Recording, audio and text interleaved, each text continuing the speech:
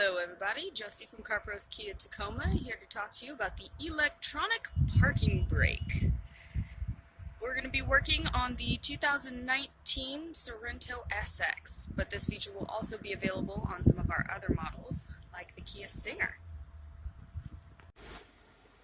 This is the electronic emergency parking brake. Now, in order to work it, simply pull up with your foot on the brake, or push down to turn it off.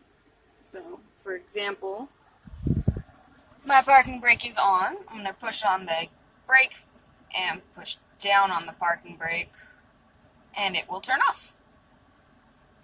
And up to turn it back on. Super easy. I know this might take some getting used to, but I promise it is the same exact concept, just condensed into a smaller button format. Thanks for watching, guys. Bye!